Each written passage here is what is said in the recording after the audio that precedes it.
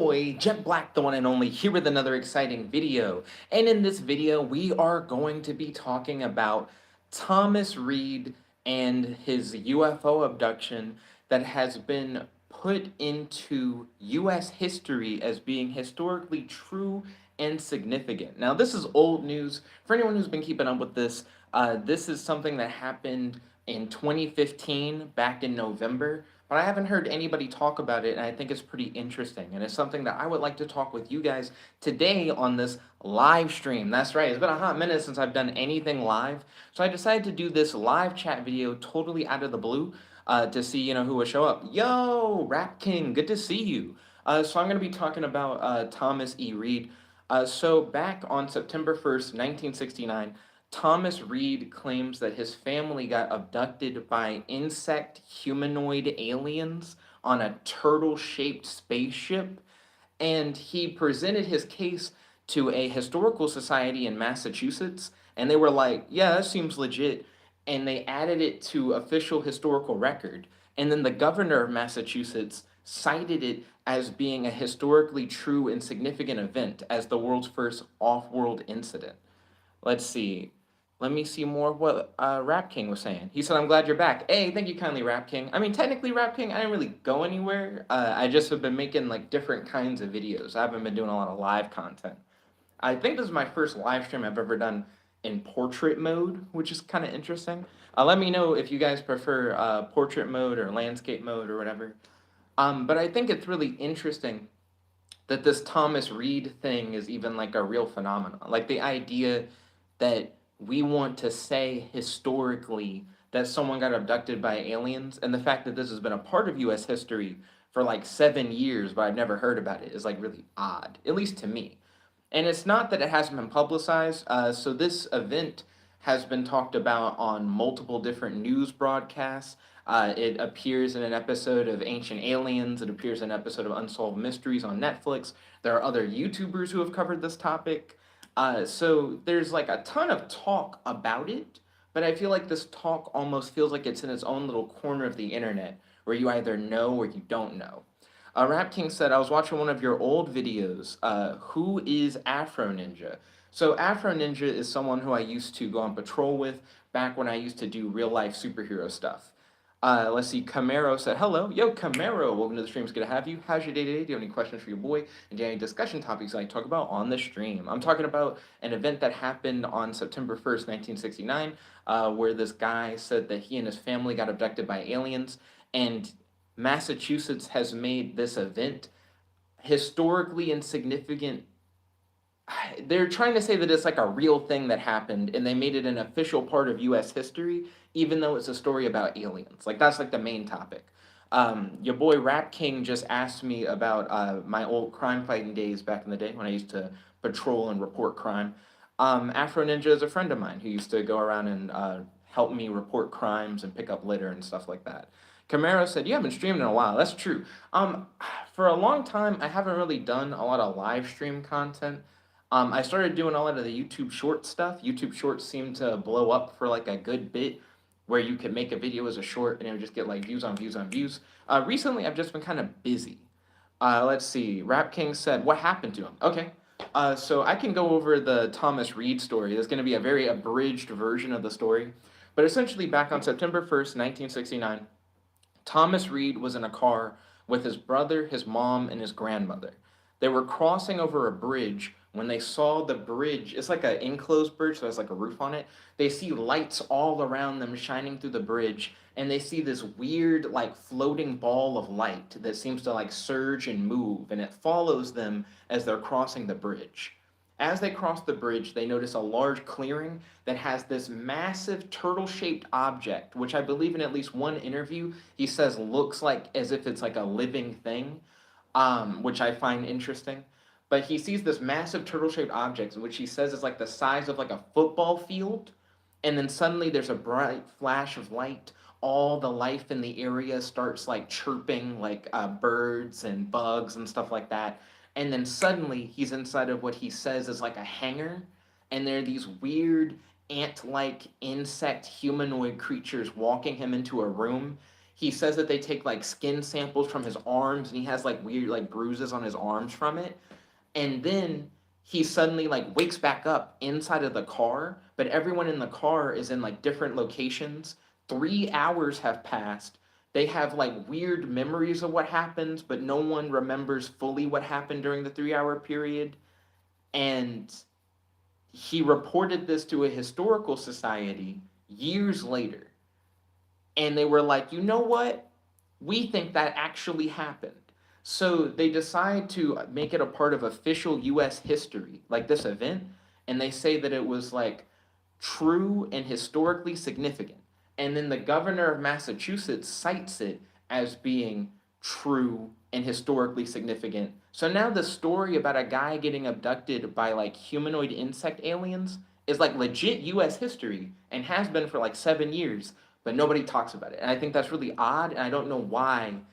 That for one, it got accepted, and two, like why no one talks about it now that it's been accepted.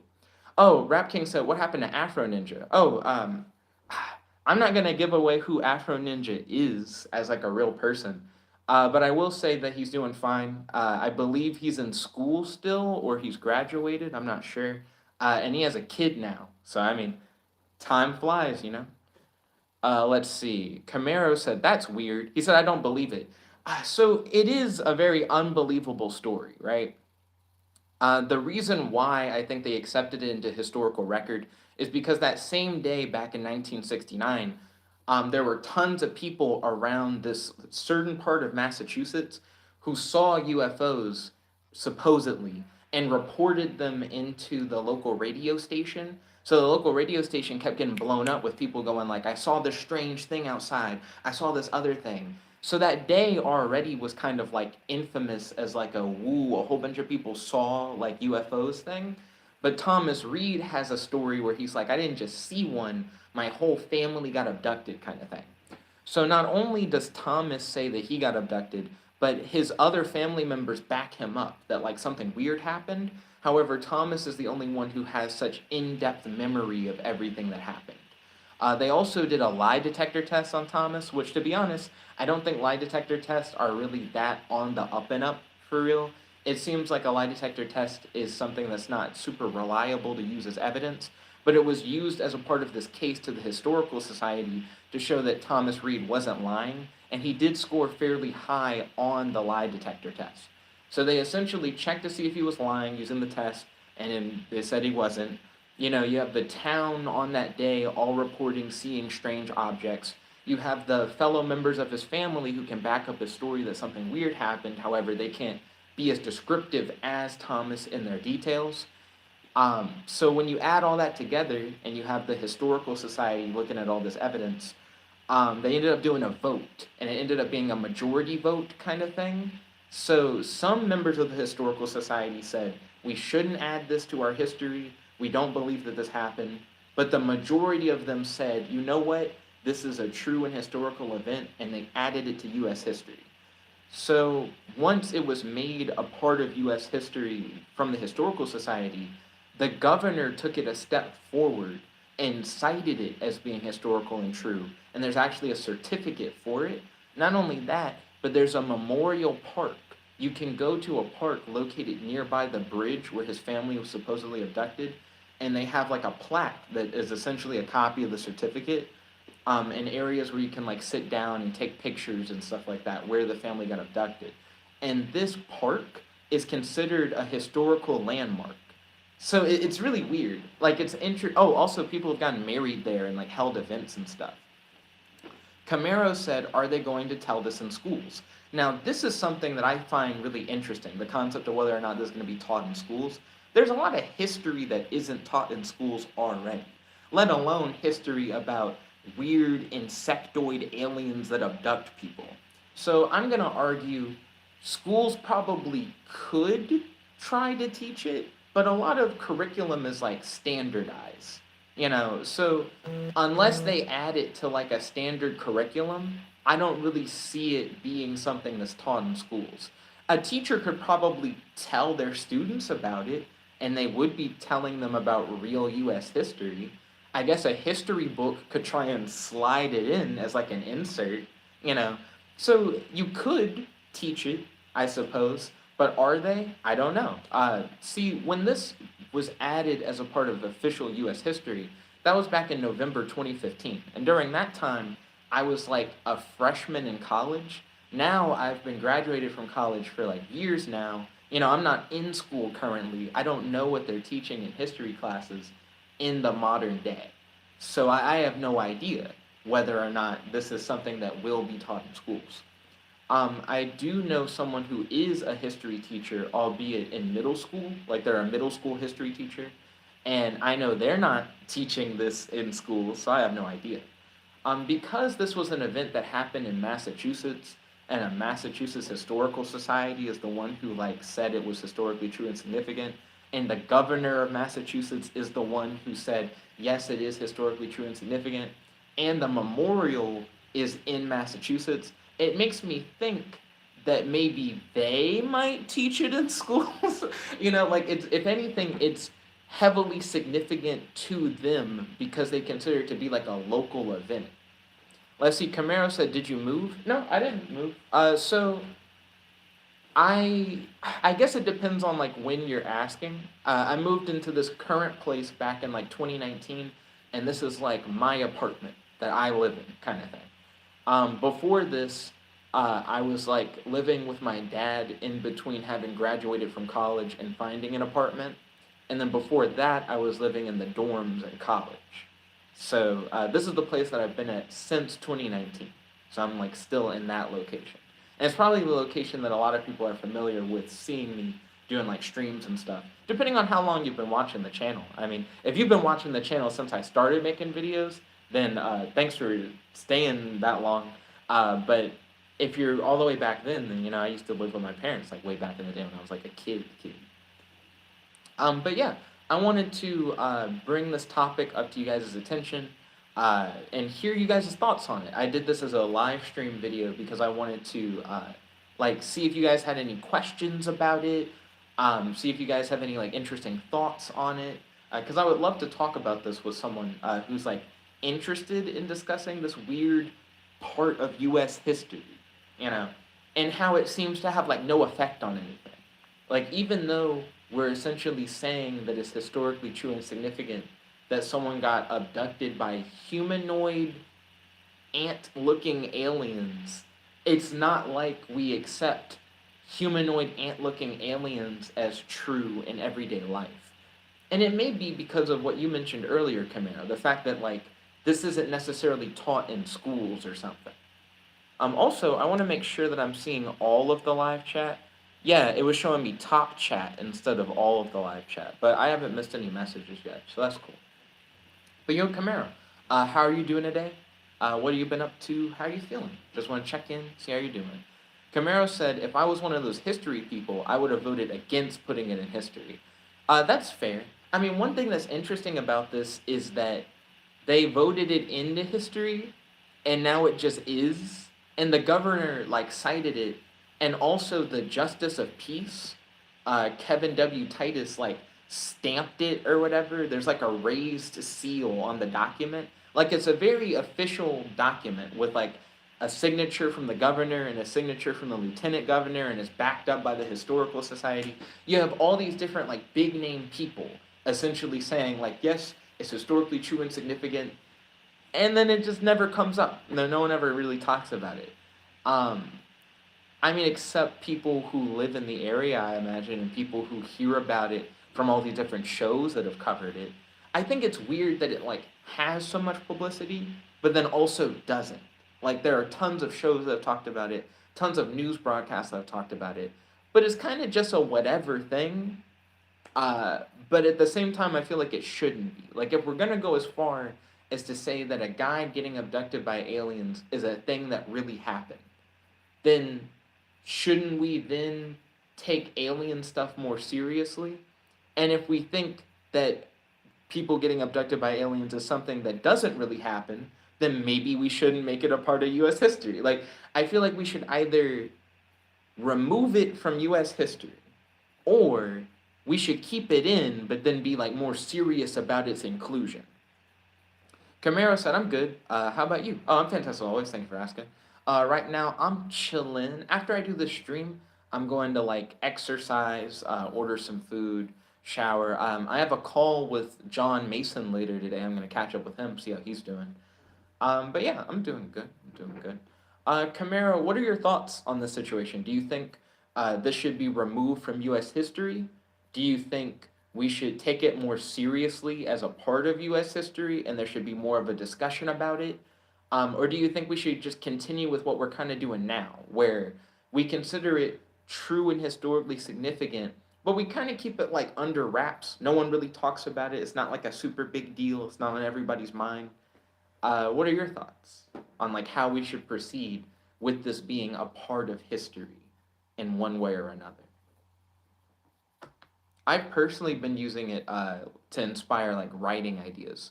Camaro said remove it because I think aliens as a whole is just a conspiracy theory. That's interesting. Okay, so you feel like aliens as a whole is a conspiracy theory. So before I jumped into this particular topic, and discovered all this stuff about like Thomas Reed and this historical account or whatever. I was looking at a research paper that came out well, not this year, but not early, late last year, goodness. In December of 2021, there was a research paper published by a peer-reviewed scientific journal that was written by Eugene Ox from Auburn University. He's a physicist. And he essentially said that we have some observable evidence of another universe. It's possible observable evidence of another universe. And he talked about how everything in our universe has a weird gravitational skew to one particular direction. And that this gravitational skew is not really explained by anything. Like, we don't know why everything seems to be pulled one way. And he also mentioned the recent unidentified flying object stuff that the government has been covering. Not covering as in covering up, but like releasing reports on and stuff. You know, last summer, the government released a report talking about UFOs. They now call them UAP, unidentified aerial phenomena, where they covered how many different sightings they were able to determine were fake versus how many they just don't know what they are. How many close calls they've had where pilots have almost like crashed into UFOs and stuff like that. And they essentially said that they appear to be like way more advanced than anything that we have. They're doing things that seem like practically impossible, and they could be a risk to national security. Like, the government seems to be taking the concept of UFOs actually fairly seriously. Um, with some of the behavior that we've observed of these UFOs, and with the weird gravitational skew thing, Eugene Ox in his research paper essentially says that there could be another universe that's disconnected from ours in like 4-dimensional space. And that other universe would have such a strong gravitational pull that it would cause everything in our universe to have a gravitational skew in that direction. And then the other universe would have a similar gravitational skew in our direction. And it explains why, like, what else could have so much gravitational force to pull everything in the universe in its direction other than another universe, is essentially like the idea that Eugene Ox is presenting in his paper. But then he goes further and says that we kind of have an understanding of how light behaves when it's shined through the 4th dimension. And he's like, light through the 4th dimension behaves more like a 3-dimensional object. And he's like, the weird behavior that we're seeing with these supposed UFOs or UAP could be explained if it's just light that is behaving 3-dimensionally. Because we see the UFOs doing like crazy aerial maneuvers, they're moving incredibly fast, they don't have any control interfaces, so no like cockpit or something where someone could be like driving the vehicle. There's nothing that seems to be propelling the UFOs around, and they can move quickly through air and through water like that. And he's like, if it's all just light that's being warped to be like 3-dimensional, then light can do all that stuff and it not be like a crazy super advanced technology. It could just be shined from this other universe. So this is like very recent research into the whole like multiverse thing that says that we may have evidence of another universe that tries to explain what UFOs are.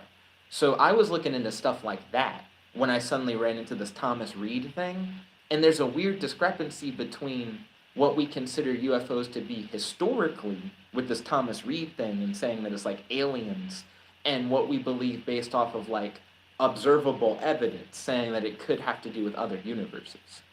Let's see, Camaro said, why don't we just go to space and see if they're real? So that's the interesting thing about it. If you take the Thomas Reed case as being like a true thing, then you should be able to just find the insect aliens, maybe. But if you take the Eugene Ox research paper thing as being real, then we wouldn't be able to find them by like going into space because it's like light from another universe. You know, so unless we could leave our universe, we wouldn't even be able to like get to the people casting the light down. Camaro said, we have only traveled like 0.1% of our universe, so maybe the aliens know more about our universe than we do, and they are like superhumans. So that's interesting.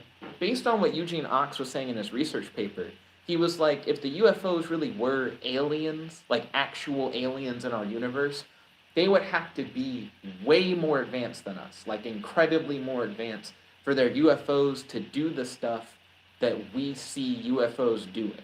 Like in these like Pentagon released videos and stuff of UAPs zipping around in the sky. Aliens would have to be crazy advanced, like way more. Whereas if it's another universe casting light through the fourth dimension into ours, they would only have to be slightly more advanced than us to do that, apparently, based on what he was saying in the paper.